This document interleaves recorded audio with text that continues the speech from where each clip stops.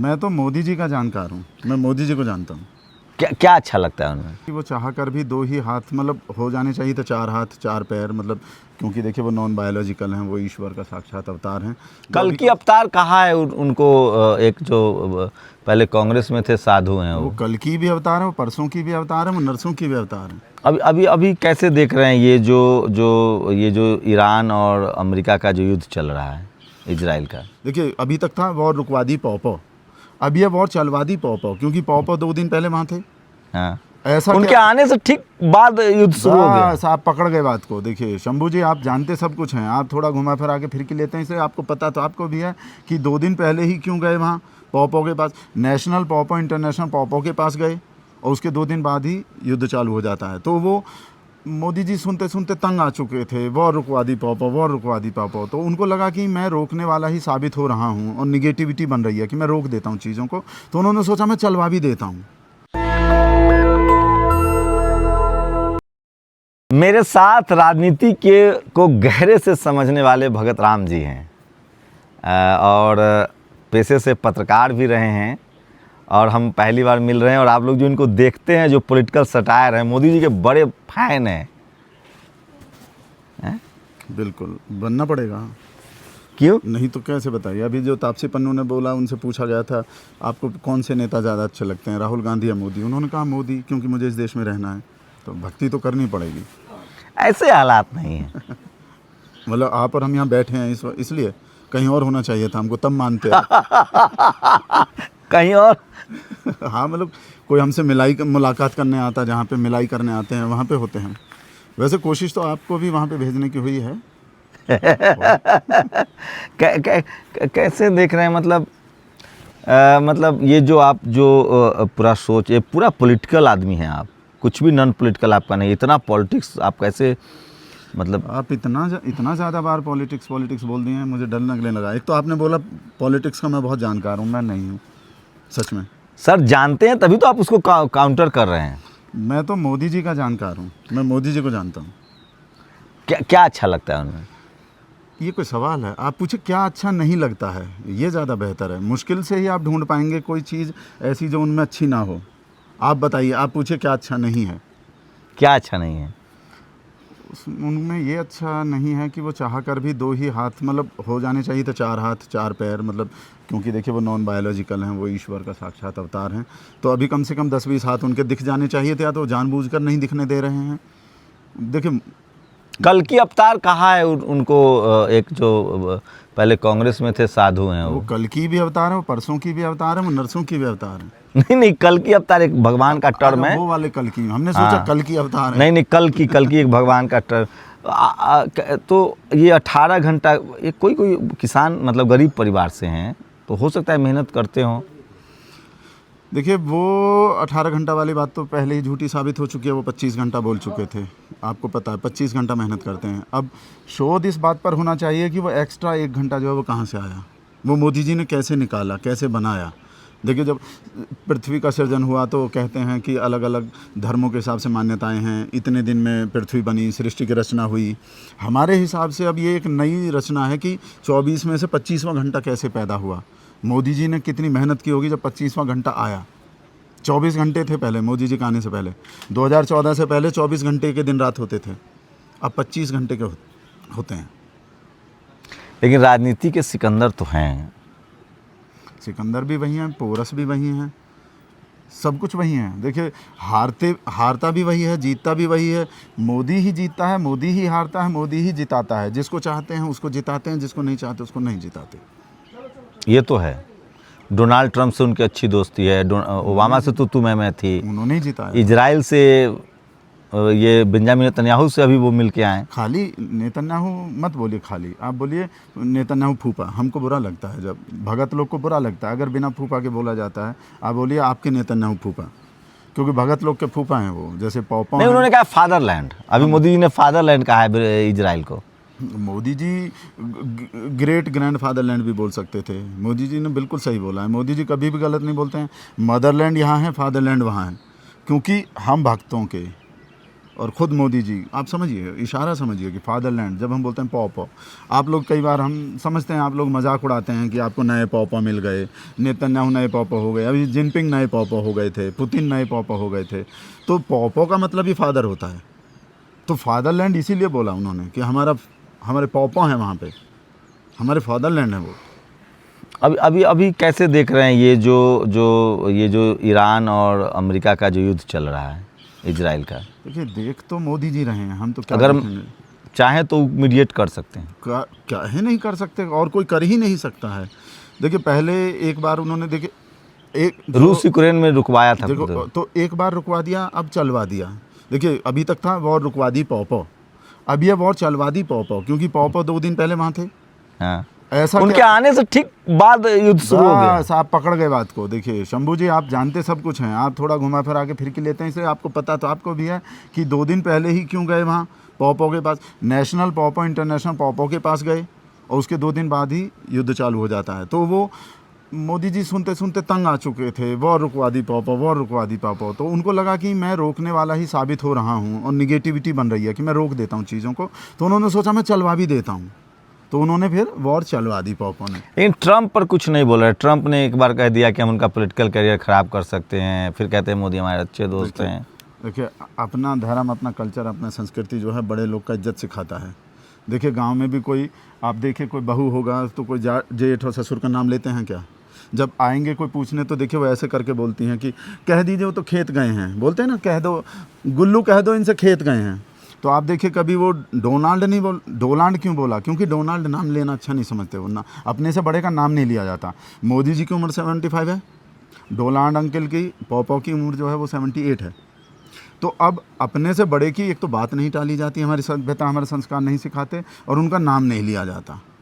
अब आप लोग बार बार उकसा रहे हैं कि देखो उसने 18% टैरिफ लगा दिया, 23% लगा दिया, बोलो बोलो, कुछ तो बोलो। पहले 50% लगाया था साहब। तो अब अपना ही आदमी लगा रहा है।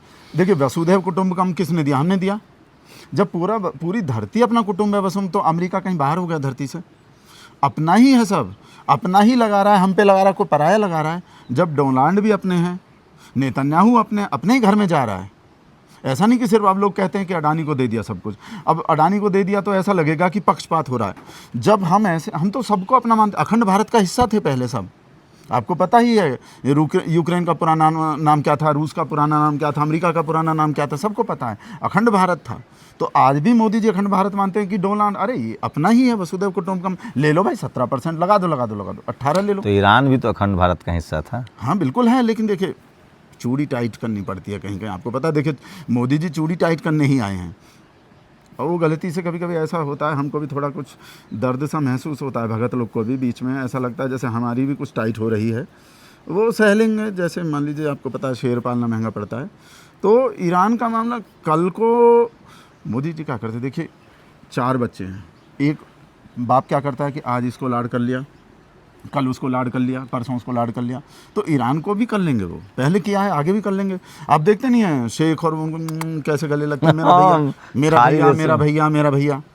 और यहाँ पे देखिए, समझ रहे हैं, सबको मैनेज करना पड़ता है, सब कुछ मोदी जी हैं। नीतीश जी को कैसे मैनेज कर लिया? नीतीश जी जो सत्ता सीएम छोड़ने वाले नहीं थे, हमको लग रहा है नीतीश जी का DNA चेक करने के लिए वो दिल्ली बुला रहे हैं उनको, क्योंकि वहाँ पे लैब नहीं है, बिहार में पटना में अच्छा लैब नहीं है, इसलिए दिल्ली बुला रहे हैं। वो जानते हैं नीतीश बाबू का DNA कैसा, तो उन्होंने कहा देखें बदल तो नहीं गया, DNA में चेंज तो नहीं आ गया है, तो एक बार फिर से टेस्ट करने के लिए दिल्ली बुला लिया है। वहाँ पे DNA चेक किया जाएगा नीतीश बाबू का।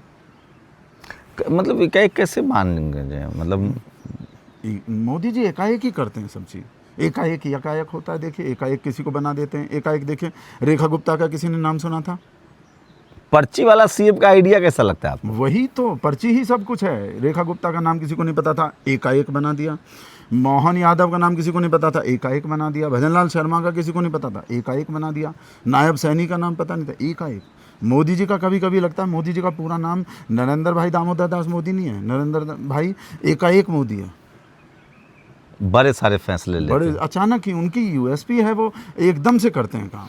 अच्छा, टीवी आप टीवी अखबार जो है वो जिस तेज़ी से उनको डिफेंड करता है, कुछ मामलों पर आजकल अभी उनको एक यूजीसी का मामला आया, तो उनके समर्थक जिसको आप भगत कहते हैं, उन्होंने गालियां दी उनको जाति से। जो वो आपस में घर का मामला है, आपस में नोक झोंक चलता रहता है। कभी बच्चे को बाप झिड़क देता है, कभी बच्चे बाप को झिड़क देते हैं, चांटा भी मार देते हैं जब बच्चा बड़ा हो जाता है। लेकिन जाएंगे नहीं, कहीं जाएंगे नहीं। आपको पता है पोपो नहीं तो कौन, और क्या राहुल गांधी को देंगे वोट, तेजस्वी को देंगे वोट, बहन जी को देंगे वोट, राहुल गांधी को देंगे वोट, कहाँ मोदी जी के अलावा जाएंगे कहाँ है? तो 1-2 दिनों की कुछ नाराज़गी होती है, सब वहीं आ जाएंगे। मोदी जी को भरोसा है, कहीं नहीं जाएंगे छोड़ के। टीवी अखबार बीच में कुछ नाराज़ था, वो भी वही टीवी अखबार का कोई डिमांड रहा होगा। जैसे कहते हैं ना हमारे यहाँ कि वो माँ भी बच्चे को तब तक दूध नहीं पिलाती जब तक वो रोता नहीं है। तो टीवी अखबार वाले को कुछ चाहिए होगा, वो रोने लगा, मोदी जी दे देंगे कुछ, ले मेरा बच्चा, दे देंगे वो कुछ ऐड वैड मिल जाएंगे। फिर टीवी अखबार को अगर किसी की ऐड कम हो जाती है, सरकारी ऐड कम हो जाती है, तो इसलिए रोने लगते हैं। मोदी जी फिर पुचकार के या तो देखिए उनसे सुबह को मॉर्निंग वॉक पे मिल लेते हैं, या फिर रात को आराम से प्यार से समझा देते हैं, मान जाते हैं। तो मतलब निगेटिव आपको मोदी जी में कुछ भी नहीं लगता है? निगेटिविटी का मतलब ही नहीं है, मोदी जी में पॉजिटिविटी है। मोदी जी जब पैदा हुए तो बोला था आपको पॉजिटिविटी हुई है, बधाई हो, ऐसा बोला गया। राहुल जी कह रहे हैं प्रॉमिस्ड प्रधानमंत्री हैं, कंप्रोमाइज्ड प्रधानमंत्री, सॉरी। देखिए कंप्रोमाइज्ड भी शुरू में तो हमको लगा था बहुत ही बढ़िया चीज़ बोले हैं, कोई अंग्रेजी में बोले हैं तो हमको लगा कंप्रोमाइज्ड है मोदी जी, मतलब बहुत ही बड़े चीज़ है मोदी जी। वो तो हमको बाद में थोड़ा व्हाट्सएप वगैरह हम देखे, थोड़ा व्हाट्सएप, तब पता चला साला कोनो गलत चीज़ बोला है, बुरा बात बोला है। कंप्रोमाइज़ बोले तो मतलब कि झुक जाने वाला या मान जाने वाला, तो फिर हमको लगा वही अपने ही आदमी से कंप्रोमाइज़ भी है। देखो किससे किए कंप्रोमाइज़ किसके सामने हुए? डोलाल्ड अंकल अपने ही हैं। अब बताइए आप अपने बच्चा के सामने या अपने पापा के मम्मी के सामने बात मान लेते हैं तो कंप्रोमाइज़ हो जाते हैं? नहीं ना? देश अलग चीज़ है ना। देश और मुकेश एक ही हैं। जब मोदी जी विरोध में थे तो कहते थे चीन को लाल आंख दिखाएंगे, तो चीन को डॉलर जो है वो, डॉलर का जब रेट बढ़ता है तो भारत की शाख गिरती है। टाइम आप इतना डिफेंड कैसे कर सकते हैं? सिचुएशन बदल जाता है। देखिए अब देखिए, पहले जो चीज़ बुरी होती है बाद में अच्छी भी हो सकती है।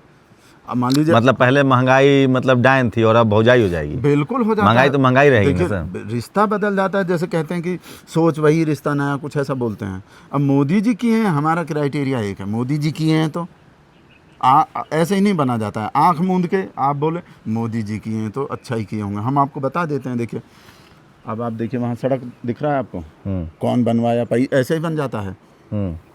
जब पेट्रोल 100 रुपया का होगा तभी तो बनेगा। आप यहाँ बैठे नहीं होते आज, थैंक यू बोलो मोदी जी को, यहाँ मिसाइल नहीं गिर रहा है। भारत सुरक्षित है, भारत सुरक्षित है, मिसाइल नहीं। आपको पता है बुर्किना फासो का नाम सुने हैं? नहीं। बुर्किना फासो में भूकंप आया था कल, मोदी जी को थैंक यू बोलो, सुरक्षित बैठे हो यहाँ। कैटरीना तूफान आया था, कैटरीना कैफ वाला। हाँ, कैटरीना कैफ। अच्छा, बुर्किना फासो एक देश है। हाँ, तो कैटरीना कैफ वाला तूफान आया था, हमको कुछ हुआ? सुरक्षित बैठे हो, भारत में मोदी है। कैटरीना कैफ तूफान का इतना सा भी असर नहीं पड़ने दिए हैं।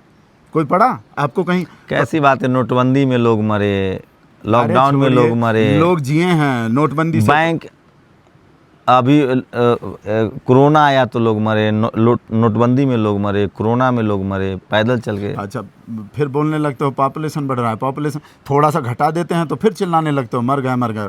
अभी बोलोगे कल को आबादी ज़्यादा हो रहा है तो बोलोगे मार काहे दिया। मोदी जी कुछ सोच के ही मोहन भागवत कह रहे हैं 5 बच्चा पैदा कीजिए, 6 बच्चा। मोहन भागवत भी ठीक ही कह रहे हैं, मोदी जी ठीक कहते हैं तो मोहन भागवत भी ठीक ही तो वो कह रहे हैं पॉपुलेशन बढ़ाई, आप कह रहे हैं कि घटा दिए। हम बोले देखिए सिचुएशन बदलता रहता है, कभी 4 बच्चा ज़्यादा लगता है। मोदी जी कभी 6-7 थे तो तब ज़्यादा लगते थे, अब नहीं लगते हैं। योगी जी ज़्यादा थे, अब नहीं लगते हैं। अब देश में के काम आता है बच्चा, और मुकेश के काम, गलत बोल गए, मुकेश देश के काम आता है, मुकेश के काम नहीं आता। अब आप बोलेंगे गौतम के काम आता है ना, हम मुकेश बोलें ना हम गौतम बोलें, हम बोलें देश के काम आता है। सब देश के काम आ रहा है। ज़्यादा से ज़्यादा बच्चा होना चाहिए, हम भी करेंगे, ज़्यादा बच्चा करेंगे। तो अब हिंदू सेना कह रही कि जो भी बच्चा करे उसको कुछ पारितोषिक दे रहे हैं, इनाम दे रहे हैं। पिंकी चौधरी तो पहले उनको शिलाजीत भी तो देना चाहिए, बच्चा ऐसे ही हो जाता है। बहुत सारा लोग नहीं कर पा रहा होगा तो थोड़ा व्याग्रा वगैरह दें, सारा इंतजाम करवाएं, ऐसा तो चलता है कोई। अब आपको ने बोल दिया, हम बोलेंगे, हम डिमांड करेंगे कि अपना शिलाजीत और अपना व्याग्रा का पैकेट भी दें, बच्चा ऐसे ही पैदा हो जाएगा। अब बहुत सारा लोग हैं, लोग बोलेंगे कि अपना चड्डीदारी पार्टी के लोग बच्चा नहीं पैदा कर सकते। एक आखिरी मतलब मोदी जी का जो विज़न है 2045 तक, 2045 तक विकसित राष्ट्र का, क्या क्या होगा उसमें? क्या क्या नहीं होगा ये पूछिए आप, सवाल ही उल्टा पूछते हैं। क्या क्या होगा, क्या क्या नहीं क्या होगा? क्या नहीं होगा मतलब कि देशद्रोही लोग नहीं होगा, विरोधी लोग नहीं होगा, कांग्रेस खत्म हो जाएगा, कांग्रेस ही नहीं रहेगा। और आप देखिए कि अभी हम आपको कुछ दिखाते हैं, कुछ ऐसा दिख नहीं रहा है। देखिए 2 ठो सिलेंडर रखा है पीछे, सिलेंडर नहीं रहेगा 2047 में, सब पाइप से आएगा। अभी भी पाइप से आ रहा है। वैसे तो विकसित राष्ट्र बन गया, आपको दिखाई नहीं दे रहा, हमको दिखाई दे रहा है विकसित राष्ट्र। आपको पता, आज ही एक वीडियो देखे हैं, खींच के पकड़ के जय श्री राम बुलवाए हैं। अब और कौन सा कमी रहेगा विकसित भारत में? गैस का दाम बढ़ गया है सर, तेल के लिए मुसीबत खड़ी हो रही है, स्टॉक कम है, युद्ध चल रहा है। जर्मनी न अमेरिका न वेनेजुएला से तेल आ पा रहा है, न रूस से तेल आ पा रहा है। वेनेजुएला से काहे नहीं आएगा? वेनेजुएला से लाने के लिए तो इतना हो रहा है, ये सारा लड़ाई जो हुआ है, वेनेजुएला से तो तेल लेना है। मोदी जी को लगा कोई वेनेजुएला से तेल नहीं ले रहा है, और हम ठहरे वसुधैव कुटुंबकम वाले, अपना ही कुटुंब का है तो उससे लेंगे। साला रशिया से बंद कर दिया, रूस से, वेनेजुएला से लेंगे हम।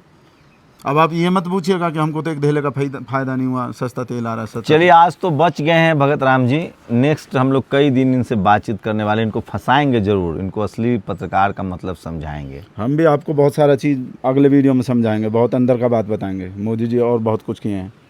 आप लोग अपनी राय जरूर दीजिए और भावनाएं आहत मत कीजिए, थोड़ा हंसी खुशी रखिए। भगत राम जी की कोशिश होती है कि मोदी जी की जो तारीफ करे उसमें आपको खुशी हो। शुक्रिया सर।